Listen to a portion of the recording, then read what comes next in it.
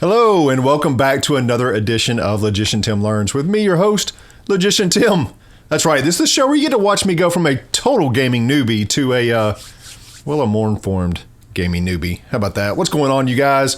Good to see you all, misfits. Yeah, we're back. We're working on this D&D starter set, and this is my very first introduction to D&D. And I got to say, I'm kind of digging it. It's very logical. I was so intimidated by this game for years and years, and I was like, yeah, I'll get to it one day. Man, this thing is great. It is absolutely great. The mechanics just make sense to me. It's all logical.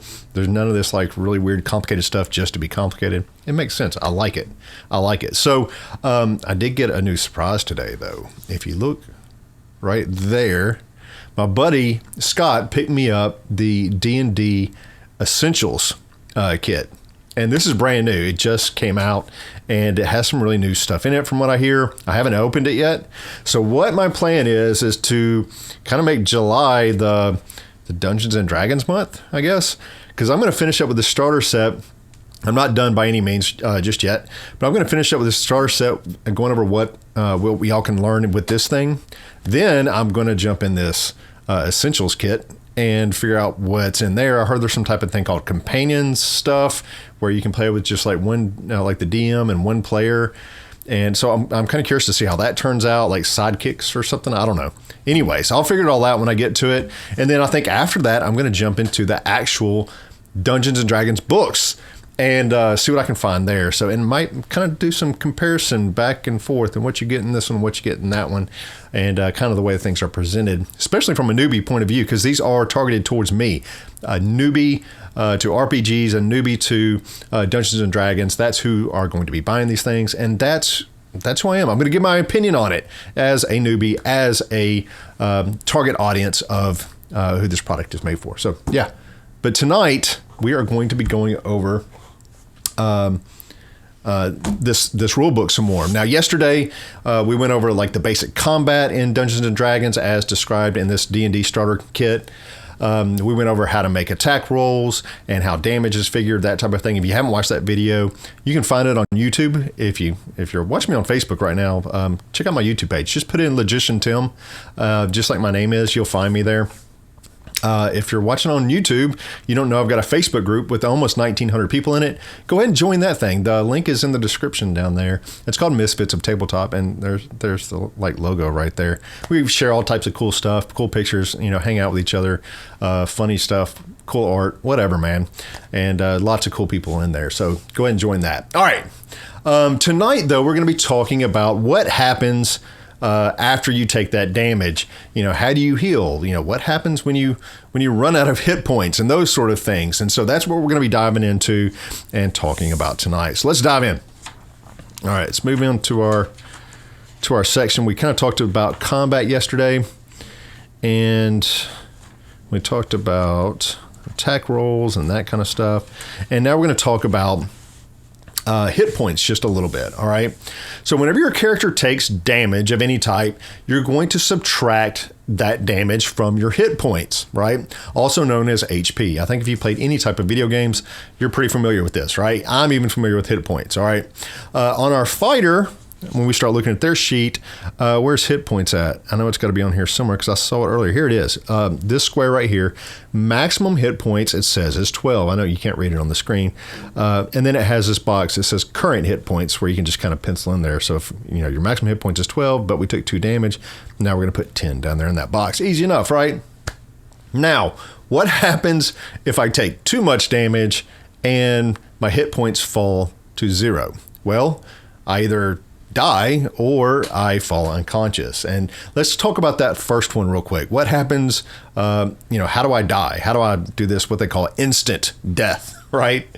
All right, so here's how this works. If you take damage, or if I take damage that reduces my hit points to 0, and there's still damage kind of left over, meaning there's more damage after getting me to 0 hit points, that remaining damage has to be equal to or higher than my hit point maximum, then I'm going to die instantly. I know that sounds a little bit confusing. Let's get a little example here. So our fighter has an 8 hit. Is this right? I think I put, yeah, he's got 12, but for some reason I wrote down 8. Anyways, let's say 8 because I'm using that in my example. Let's say we've got a 8 hit point maximum. Let's say our fighter has taken some damage and he currently has 5 hit points left. Okay, so he's got 5 hit points, 8 hit point maximum. All right, let's just say he's adventuring and a tree falls down on him, right? And just wrecks our fighter. And it ends up doing 14 damage to our fighter. He's only got 5 hit points left, right? But he's taking 14 damage. That's going to make our fighter go down to 0 hit points, of course. The other 9 hit points over the 5 hit points that we have left is over our fighter's maximum hit points of 8. So our fighter is now instantly dead. He's toast, comatose, dead, gone. All right. Now, if the damage over the current hit points is less than our maximum hit points, so let's say it was like 4 more, well, then that's less than our 8. And therefore, we're just knocked unconscious, right? And we're going to stay unconscious until we regain some hit points one way or the other. Somebody kind of heals us with a magic spell or something like that, or we regain it naturally. Now, when you're unconscious, you can't move or speak, all right? You're unaware of your surroundings and you don't know what the heck's going on around you, all right? You're basically just knocked out, all right, for the most part. And whatever you're holding, if you're holding a staff or sword or whatever it may be, you're going to drop it and you're going to fall prone to the ground. So I hope you're not holding like a hand grenade or like the dead man switch, right? Because that's going off. I don't even know if they have that in this game. But anyways, so yeah, you're going to drop whatever you're holding and you're going to fall prone on the ground. Any attacks that get against you, they're going to get an advantage. You remember me talking about advantages the other day. And any attack that hits you within 5 feet is going to be a critical hit. So being unconscious is bad, okay? Got it. Being unconscious is bad. All right. Now, whenever you start your round, like it comes around to your turn, that initiative order, whenever you start that round with 0 hit points, you're going to have to make a special saving throw called a death saving throw. That just sounds scary, right? Death saving throw. Now, this is going to determine if you are kind of creeping slowly towards death, or maybe you're kind of hanging on a little bit longer, all right? So you're going to do this every time it comes around to your turn. And what you're going to do is you're going to roll a d20 dice, and if the roll is 10 or higher, we're going to mark down a success. All right, we got 1 success. If it's a 9 or lower, then you're going to mark a failure. All right. And successes or failures, they don't really mean anything on their own. But if you get 3 failures, then you die. All right. 3 total failures, 3 successes, and you're considered stable. And I'm going to go over what stable means in just a minute. The success or failures, they don't have to be in a row. Like I don't have to roll 3 successes in a row or 3 failures in a row. You can roll like 1 failure and then 1 success and then 1 failure and then 2 successes. And I would be considered stable because I would have gotten 3 total successes before I rolled 3 failures. Does that make sense? All right. Now, one more thing I want to talk about this. If you rolled a 1 on your death saving throw, that's not only lower than a 9, that's like the worst you can get. So if you roll a 1 on your death saving throw, it's actually going to count as 2 failures. All right. Now, on the other side of things, though, if you roll a 20, that's a good thing. That's going to count as 2 successes. All right. So, let's see, what else do they have under this? Oh, yeah. If you happen to take any type of damage, you're going to suffer another failure. All right. If that damage happens to be a critical hit, that's going to be 2 failures. Again, if that damage is equal to or exceeds your maximum hit point limit, you're going to suffer instant death. You're going to die. You're going to die, man. All right. What's up, Scott, over there on Misfits of Tabletop Facebook group? What's up, my dude? Good to see you, my man. All right. So yeah, watch yourself, watch your health. Don't get instant dead, right? Don't get instant dead. All right, let's talk about stabilizing, all right? So the best way to save somebody who has 0 hit points and is unconscious is to heal them. Like, clerics get healing spells, right? But what happens if there is no healer? The healer's dead or, not around, or there's no healer available. Well, you can stabilize that person so they aren't killed by too many of those failed death saving throws, right? And if you want to stabilize someone, On your turn, you have to wait. It has to be on your turn. You can actually use your action to attempt to stabilize that person. And what you're going to do is you're going to make what they call a wisdom medicine check against a difficulty class of 10, a DC of 10. All right, so you're going to have to beat that 10, just like we would any other type of skill check. Now, if you're successful, then that person or creature is now stable. And this means that they can stop making those death save throws on their turn, even though they have 0 hit points, because you didn't give them any hit points. You just kind of stabilized them, right?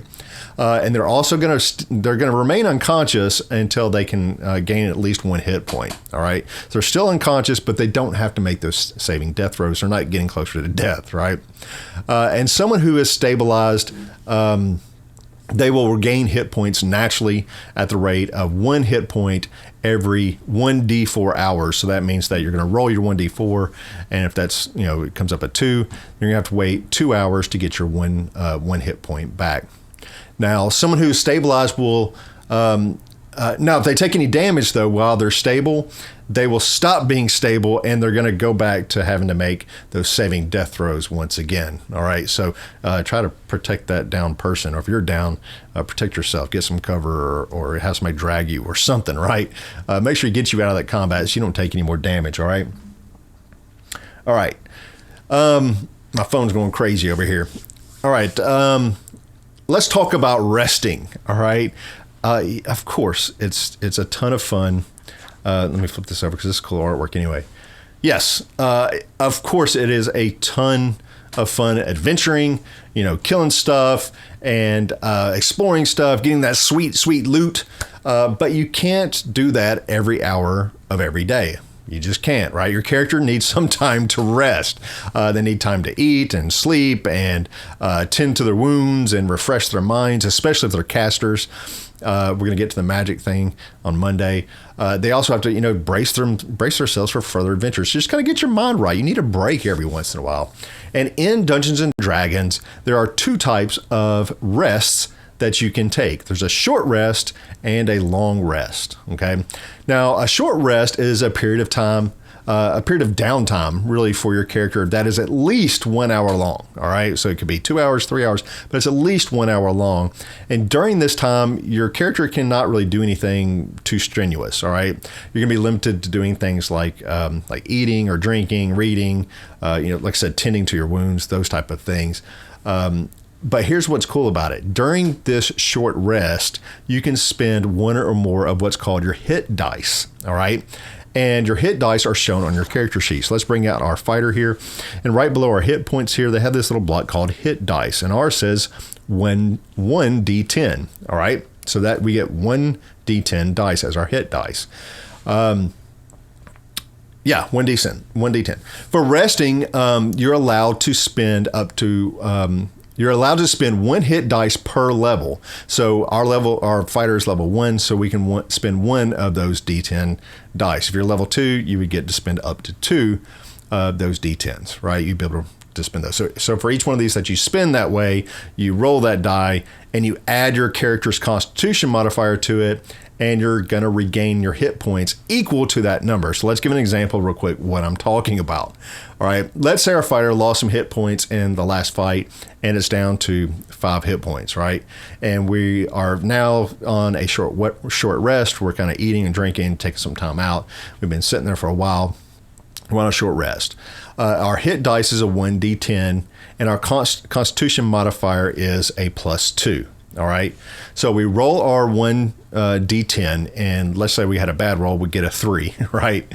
We add the modifier, +2, our Constitution modifier, and so that makes it a 5. So we've now healed for 5 hit points, right? And but remember, our maximum hit point was 8, right? Well, we're now at full health, and just 2 of those extra hit points just kind of go away. They're just wasted. Doesn't matter. You can't store them away or anything like that, right? But you're just now at max health, all right? And here's the kind of cool thing about this, though. Once you get past level 1, you have the option of rolling more than 1 hit dice, right? You don't have to, but you have the option to. And you don't have to decide on how many you're going to roll all at once. So you can roll 1 and see how many hit points you gain back, right? And if you got enough back, you save your other hit dice for later. Or if not, if you had a bad roll or something like that, or you think you might need more hit points, then go ahead and do that and spin another hit dice and roll the second one. So I kind of like that idea that you have the freedom to go ahead and roll and see what you get and then decide to go ahead and roll again if you want to. But again, our fighter is only level 1 right now, so they only have 1 hit dice to roll. Once it's spent, it's gone, and we can only get it back after a long rest. And a long rest is kind of like a period of extended downtime, okay? And this is at least 8 hours, okay? This isn't like, oh, yeah, no, we chilled out, watched some Netflix for a few hours. No. This is 8 hours of rest. Then usually this is when you're usually sleeping or performing super light activity like reading or eating, maybe some standing, but, you know, they give the limit. You can't stand more than 2 hours. I don't know why, but there you go. If something interrupts your long rest, like, I don't know, somebody attacks you, you get into a fight or something like that, or it says at least 1 hour of walking, or maybe you start casting spells, then you're going to have to start your timer, your 8-hour timer, all over again. So if you waited like 6 hours and you started fighting, well, you just lost the benefits of your long rest. And if you want those benefits, you're going to have to start over again at hour 0, right?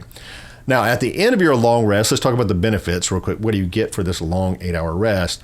At the end of your long rest, your character's going to get back all of their hit points. Yay, you're healed. Yay. You will also get back up to half of your hit dice, all right? And it's a minimum of 1, right? So if you only have 1, you're going to get it back. So if you're like level 8 and you have 8 hit dice, then you can regain up to 4 hit dice during a long rest. But for our, little level 1 fighter, it's just going to get back that 1 hit dice during this time. So this is going to get your character kind of all healed up and ready to take on a new day of adventuring and fighting and all that kind of stuff, right?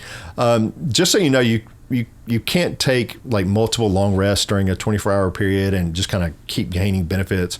They limit you to 1. I mean, yeah, you can rest for a number of times for 8 hours, but you're only going to get the benefits for regaining all your hit points and getting your hit dice back only once per 24-hour period. Okay, so you can't scam the system, my man. You can't do it.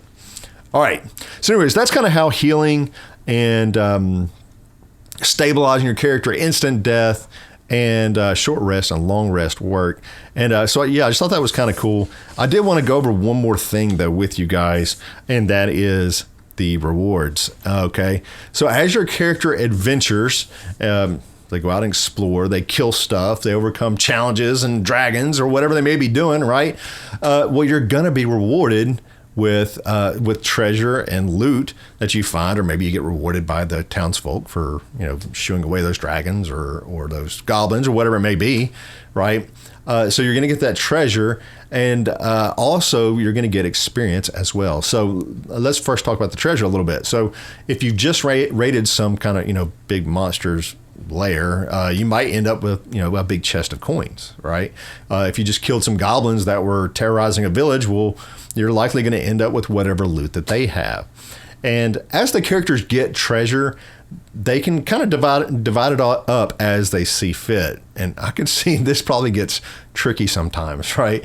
Normally they say that kind of the standard is that they divide it up equally amongst the party, right? But you're like, no, dude, you sucked last round, so I'm going to get more, you'll get less, right? I'm sure that probably happens. Let me know if that ever happened to you, where your group is like, no. I'm taking most of the treasure because I did all the most damage or whatever. Does that happen? It's got to happen. Let me know down in the comments below, when does that happen? When has that happened to you? And what was the circumstance? Why did you think you deserve more treasure? Or why did your friend think they deserve more treasure? I'm kind of curious to know. I like hearing the stories about stuff. So yeah, but most of the time they say that the party's going to divide it equally amongst themselves. So you're gonna get some stuff. So you're gonna take this coin, this treasure, whatever, and you're gonna spend it on things like your equipment, new weapons, or armor, or any other type of supplies that you might need or want, right? On top of this treasure and this money and valuable stuff, you're also going to get experience points, and they call it XP in this game. And I think we're all very familiar with what XP is. as your character progresses through this adventure, they're going to earn experience points, XP, for, defeating monsters, for completing any type of milestones, or overcoming these big challenges. They're going to earn experience points. And so once your character reaches a specific experience point total, XP total, then they're going to advance to the next level. So if you're level 1, you're going to advance to level 2. I think it's at 300 experience points. And then, at the next, whatever juncture it is, I think it tells us on the back here. Yeah, level 2, you need 300 experience points. At level 3, you need 900 experience points. To get to level 4, 2,700. Fifth level is 6,500 experience points. So you can see that's a graduated difficulty. So it gets where you need more and more experience to get that level, right? So you go all the way up to level 20. This D&D starter kit, it only goes up to level 5. So after you get to that level, you're going to have to buy some more books to figure out what happens after level 5. But yeah, once you gain a level, your character will get additional health points or hit points, hit dice, and they will also get these class features that are shown on the back of this character sheet here. So it's kind of cool. For our fighter to get to level 2, like I said, we would need 300 experience points. And once we get 300 experience points, we're going to roll a 1d10 plus 2. So we're going to roll our d10, and we're going to add 2 to that value. And then we're going to add that to our hit point maximum. All right. So our hit points are going to go from 8 or 12 or whatever they are. And we're going to get to add that d10 die roll plus 2. And that's going to be, then we're going to add that to our hit points. And we're going to get all that awesome, juicy hit point goodness. We're also going to go from 1 d10 hit dice to 2 d10 hit dice, and we know how good that works for when you're doing your short rest and your long rest. Actually, you don't need it in your long rest, do you? You just use your hit dice during your short rest, right? And that's going to help you get those hit points back faster. And at level 2, so you don't get anything in the first level, but on level 2 and higher, you're also going to gain these class features. And on this fighter, he gets one called Action Surge, and it says you can push yourself beyond your limits for just a moment. And on your turn, you can take one additional action on top of your regular action. But it says once you use this feature, you must finish a short or a long rest before you can use it again. So you're going to get this extra additional action to spend, kind of once per short or long rest. You can do this and kind of give you a little bit of extra things to do. Now, every class has their own kind of features that they have. This is just the fighter one. I wonder what another one was. What was this guy? This is a rogue. What does he get at level 2? He gets Cunning Action. Your quick thinking and agility allow you to move and act quickly, so you can take a bonus action on each of your turns in combat. This action can be used only to take the dash, disengage, or hide action. So you're going to be able to dash, disengage, or hide as an additional action on your turn. So that's kind of cool. And they get different stuff at level 3. I think at level 3, our fighter got improved critical. And this is where your weapon attacks score a critical hit on either a 19 or a 20, where before, you remember, you had to roll a 20 to get that critical hit. Well, now you get to get a critical hit on a 19 or a 20. So it kind of just gives you a little bit more opportunity for critical hits. So each class has its own kind of features, kind of like these special abilities, I guess, that they can use whenever they level up, on top of gaining those hit points, those awesome hit points, and additional hit dice. So that's kind of how the rewards work in this game. Let me see. I think that was about it for tonight. Next time, I'm going to be looking at spellcasting. How does magic work in D&D? I don't know. We'll have to find out together. So we're going to do that on Monday. I hope you guys have a great weekend coming up. Is it? It's coming close to the 4th of July weekend, isn't it? Is that's next week. Next Thursday is 4th of July weekend. Friday's my anniversary. Awesome. 22 years married, 27 together. Yeah, we made it, dude. It's pretty awesome. All right. Appreciate you guys watching, tuning in tonight. If you don't mind, go ahead and like the video. I appreciate it. Share the stream, share the video. Let people know about us. I guess some people posted on Reddit and some other places. I really do appreciate that. Twitter, throw it on your Twitter feed, Facebook feed. It always helps out. If you're watching on YouTube, hit the subscribe button. It doesn't cost you nothing. Yeah, just hit that subscribe button. It'll let you know when I post up a new video or something like that, and I really appreciate that. Leave me a comment down below. Let me know your craziest D&D story. Let me know when you thought you deserved more treasure than somebody else, and what was the outcome? What was the scenario?